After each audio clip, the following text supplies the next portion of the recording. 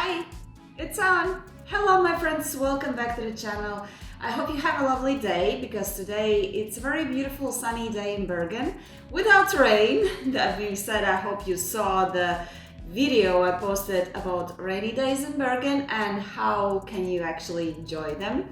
And also I hope you saw the previous video I posted on my channel, which was the second collab on my channel, and I'm very excited about it and I can see that you really like it. So write down in comments if you would like me to make more collabs on my channel, and I will most definitely try and do my best with it. This is another video about Norway and Norwegian related things. So I had already some videos about interesting facts you most probably didn't know about Norway, and today I'm continuing this topic, and without further ado, let's just start. Ooh, by the way, have you already subscribed to my channel? If you haven't, make sure you do that.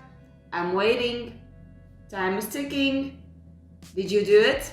Cool. Now let's continue. First thing I would like to talk to you about is prisons in Norway. Yeah, that's kind of a heavy topic, but still I want to talk about it because in Norway it's not such a heavy topic at all. Prisons in Norway are actually very much concentrated towards rehabilitation of the people living there in those prisons, and some might think that it's too soft and too gentle towards these people who sometimes do some violent things, but Norwegians are very humane and they think that's not the right attitude. Some say that the prisons in Norway are exemplary humane, and that's one of the reasons why Norway's crime rates are so low. So if we talk about prisons, we usually think about like very scarce small rooms. Most probably they could be like concrete made with some very uncomfortable beds and very scarce conditions. But in Norway, that's completely different. If you go into a room of a prisoner here in Norway, the room would most likely resemble somewhat as a college student room. There is a bed, there is desk, there is all the bed linen, also a flat TV screen and bathroom and the shower. So everything kind of sounds like a hotel actually. And inmates of prison can actually do different kind of works and involve in different activities. So their life is completely full like a normal person who isn't at all in a prison. So the offer of the things these prisoners can actually do there differs from prison to prison, of course. But just an example, so some prisons, as I read, offer to their inmates to do yoga classes.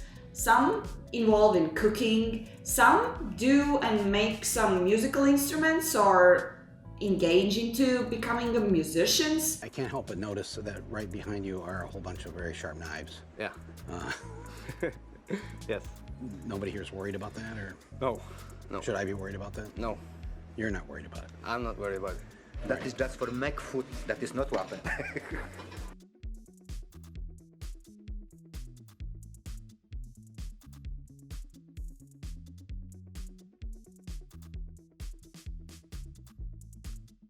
I'm painting, and besides that, I'm studying art class, you know. You're taking philosophy class. I'm gonna have exam after summer, so I want to work with community problems and things like that, maybe politics.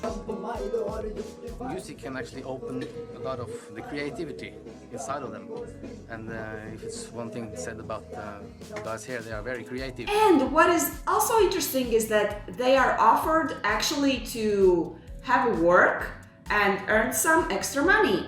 For example, they can do some metal work or woodwork, and with this extra money they can actually go to shops and buy things. So they don't really kinda, I think, feel like prisoners at all. And they can also get an education. According to what I read, they can get bachelor's, master's or doctoral degrees if they want to. So basically it's like a small beautiful world for prisoners. And actually I have heard a lot of jokes about this fact coming from a country where we don't actually understand this kind of attitude towards prisoners. But yeah, the thing that I would like to know, guys, How do you think? Is this the right way how to treat people who have done some kind of crimes?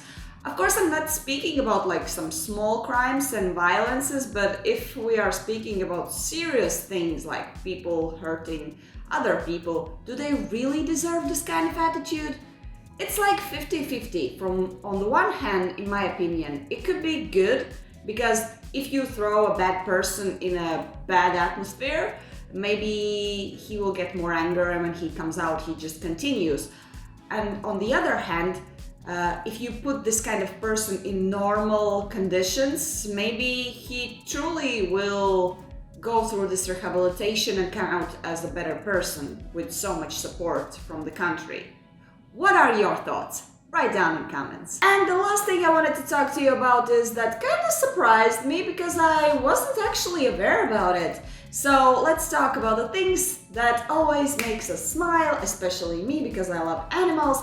Let's talk about pets, more specifically about dogs. If I compare to Latvia, usually when we take pets, like cats or dogs, the first thing that we decide to do in order to have more peaceful life, and also in order for the animal to have more peaceful life and not have these hormone storms, we usually sterilize them. In Norway, you cannot do that. You cannot. Yeah. In Norway, sterilizing a dog is actually illegal. They believe that it's a cruelty towards animal because he has to suffer this very terrible surgery. So pretty much dogs have their balls and have all their genitalia, so they're living their life to the fullest. I can actually to an extent agree that it's kind of like a cruelty towards animals, but if you're taking the dog as a pet, maybe it would be more safer. But we can argue, and we can actually argue down there in the comment section about that. But there are some situations when you actually can do the sterilization process here in Norway to your dog, and it can happen only if there are some health problems to your dog, and only the sterilization can help. So you have to go through this process, and only a veterinarian can subscribe this kind of surgery to your dog.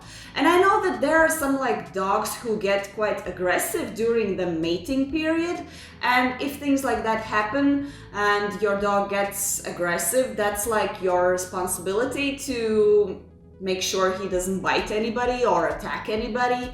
And then you can most probably try to go to your veterinarian and speak to him or her about prescribing this kind of surgery. That being said, I also wanted to mention that I found out that here in Norway it is also prohibited to cut dogs' tails and clip the ears, which I really like.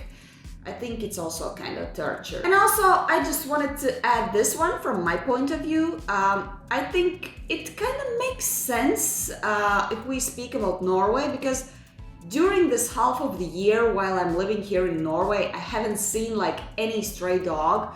People here do really take care about their pets and animals, and maybe this makes sense if we think about the sterilization, because in the countries where I have been, like Russia, and where I have lived and where I was born, there is quite a big problem with stray dogs and stray cats. So usually there are some volunteers catching these animals and sterilizing just for the sake of them, not to just mate and get more babies and get more homeless animals in the city. So here I don't see this problem, and maybe this makes sense.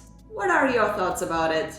As always, I'm very happy to hear from you down in the comment section, so meet you there. And by the way, do you have a pet? I have a cat. Oh, wait a second. Hello, this is Kosha. I think you already saw her in some of my videos, but I just wanted to show you again. She's sterilized, but she was sterilized in Latvia, and she's pretty much chill about her life. Do you mind being sterilized? I think she does. Beautiful paws. Oh, she's so cute, Koshechko. If you didn't like the video, I'm sorry, but please press those thumbs up for Kosha because she's cute. And if you like the video, of course, press those likes again. And that being said, I hope you enjoy your day and see you next time. Look there.